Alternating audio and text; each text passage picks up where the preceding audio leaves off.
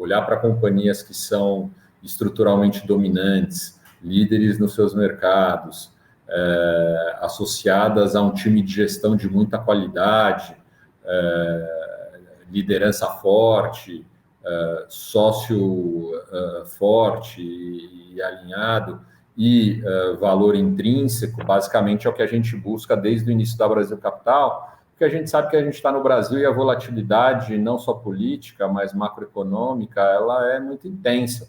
Então, e também não dá para eu ficar formando uma carteira nesse mês de uma maneira, no mês seguinte de outra e assim por diante. Isso é basicamente impossível para um gestor que administra um montante minimamente relevante de recursos, né? E também não faz parte da nossa estratégia estruturalmente, a gente não sabe fazer isso, a gente não é trader, né? A gente é muito mais um investidor fundamentalista que olha no detalhe cada uma das companhias. Dito tudo isso, a gente acha que o patamar do dólar muito alto em relação ao real, seja 5,80, 5,70, 5,50, 5,30, 5,20, 5, está dando a possibilidade de investir também em empresas mais ligadas a commodities e dolarizadas com uma margem de segurança muito maior. Os preços em reais das commodities nunca estiveram tão altos. E as companhias brasileiras, elas são, via de regra, líderes no seu setor e são companhias, as produtoras de commodities, né? É o que o Brasil sabe fazer bem. Então, empresa de produção agrícola tem os menores custos do mundo e é onde a produção, o Brasil é o país onde a produção agrícola pode aumentar.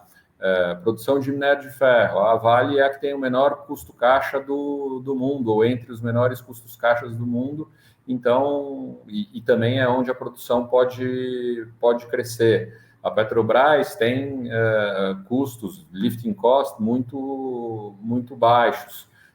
A Suzano, produtora de celulose, é a maior do mundo e tem os menores custos caixa na produção de celulose.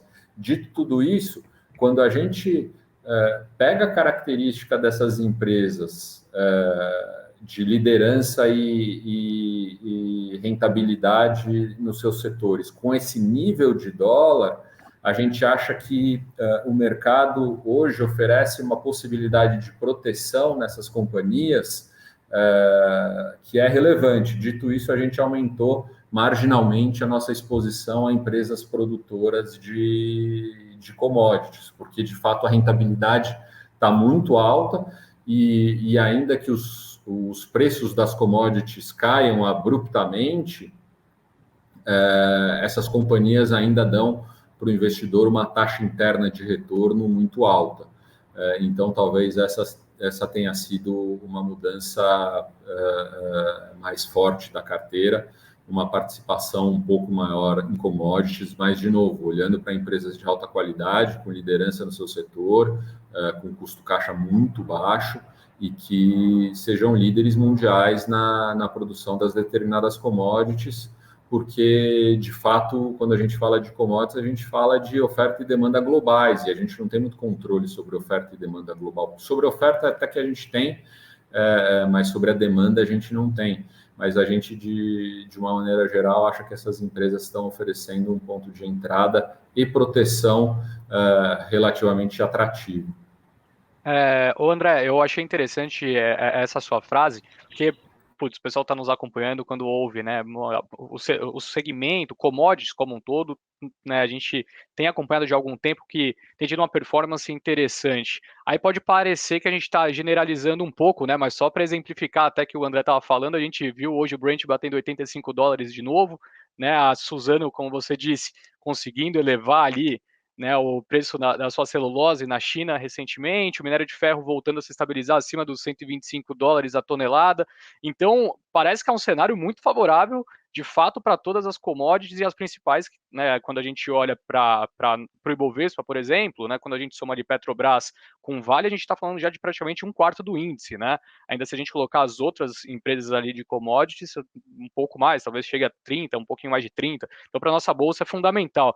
E tendo, né, toda essa contextualização, se puder, assim, eu acho que ficou meio subentendido, né, que vocês gostam bastante de Suzano, né, mas olhando para óleo e gás, assim, pô, mesmo com todos esses riscos, né, e até o Vitor pode ajudar a gente, uma Petrobras, de repente, faz sentido ter um posicionamento nesse momento, né, até lembro de ter conversado com o André Vidal, que é o analista da XP, de óleo e gás, ele projeta ali um dividend yield acima de 20%, né, no ano, mas ao mesmo tempo, putz, isso no fim do ano a gente chega num momento onde parece que algum candidato que vai interferir na companhia vai se eleger.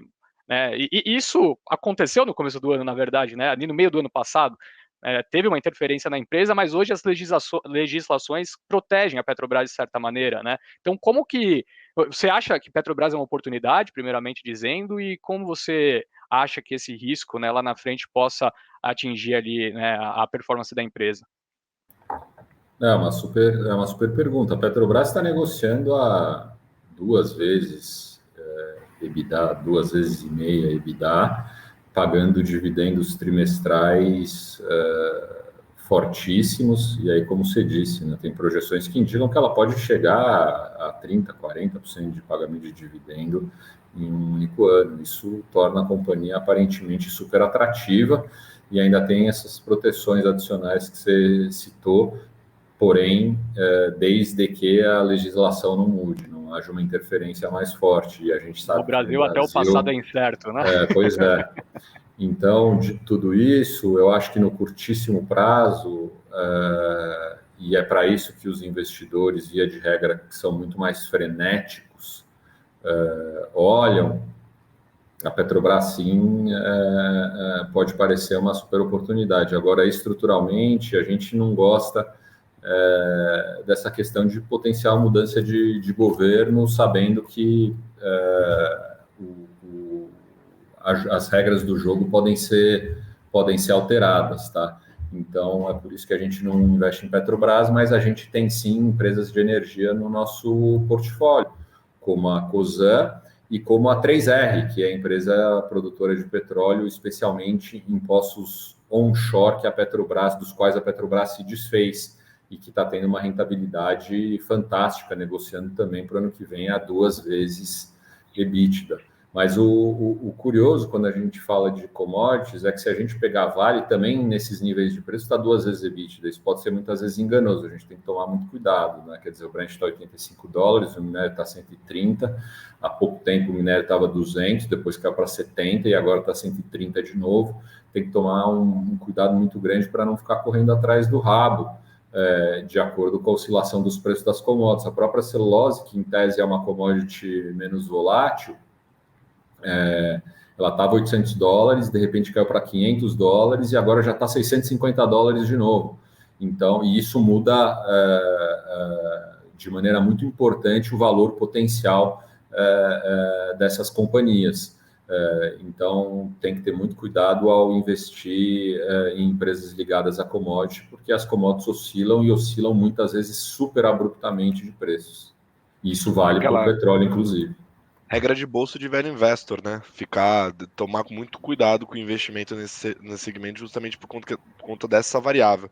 Mas eu só queria te perguntar, em cima dessa explicação aí que você deu em relação a Petro, né, o motivo pelo qual especificamente deixa vocês fora do case, né, de longe.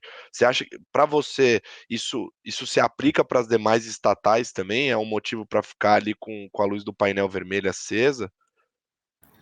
Vermelha ou verde, né? Dependendo de quem for eleito. Como eu não sei quem vai ser eleito, é, a Então é resposta fica amarela mais. por enquanto, né? Pois é em cima do muro, é bem PSDB, né? Então, respondendo à sua pergunta, eu acho que empresas estatais em geral, de fato são mais difíceis de se investir, porque de 4 em 4 anos tem uma mudança, e uma mudança aqui num país com instituições frágeis, como o Brasil tem, podem ser mudanças de fato muito fortes.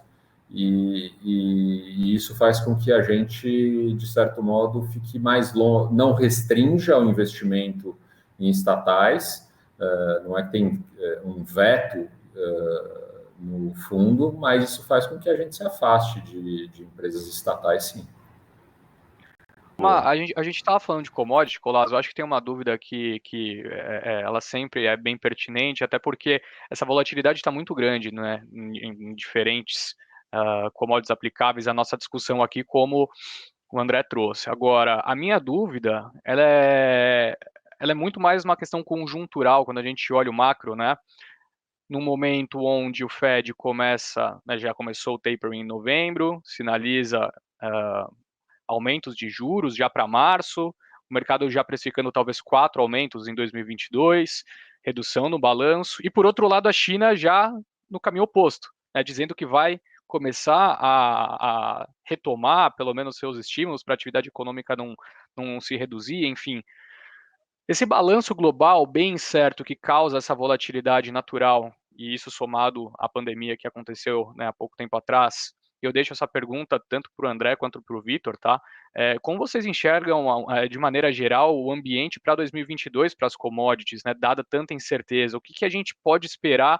Claro, depende da commodity em questão, mas de maneira geral, quando a gente analisa esse descasamento entre oferta e demanda que tem se repetido cada vez mais, né? Eu acho que desculpa, Vitor, eu começo aqui. Eu acho que tem que ser analisado com muito critério e muito cuidado, commodity a commodity, tá? E capacidade de produção do mundo, subinvestimento ao longo dos últimos anos. No caso do petróleo, ainda tem essa transição energética, descarbonização, enfim, o mundo tentando trocar de combustível fóssil para combustível limpo, sem ter oferta de combustível de energia limpa suficiente, e aí isso eventualmente causou essa alta toda do petróleo, que é base de custo para todas as outras commodities. Então, quando o petróleo sobe de preço, instantaneamente todas as outras commodities sobem de custo de produção e os produtores têm que repassar esse aumento de custo de produção. Então, acho que tem que olhar com bastante cuidado, mas como você bem disse, Stetter, a gente tem um momento que é interessante no mundo, quer dizer, ao mesmo tempo que os Estados Unidos começa a promover um menor relaxamento da sua política monetária, porque ela continua relaxada, né? Essa que é a realidade, a China começa a relaxar um pouco mais, e isso talvez dê um equilíbrio relevante para o mundo das commodities entre essas duas forças. E esse ano de 2022 é um ano em que o mundo vai crescer bastante, independentemente do tightening ou de deixar o mercado de juros num patamar um pouco mais alto e finalizar ou começar e finalizar o tapering rapidamente. Então, eu acho que a China promovendo uma política mais relaxada e os Estados Unidos começando a tirar esses estímulos tão gigantes da economia, possam fazer com que as commodities tenham, em geral, um ano bastante positivo. Mas, de novo, tem que tomar muito cuidado, olhar commodity a commodity, oferta e demanda de cada uma delas e olhar para as especificidades de cada uma com muito rigor. Mas é um ano que o mundo deve crescer bastante também, mesmo com a política monetária mais restritiva ou menos relaxada dos Estados Unidos.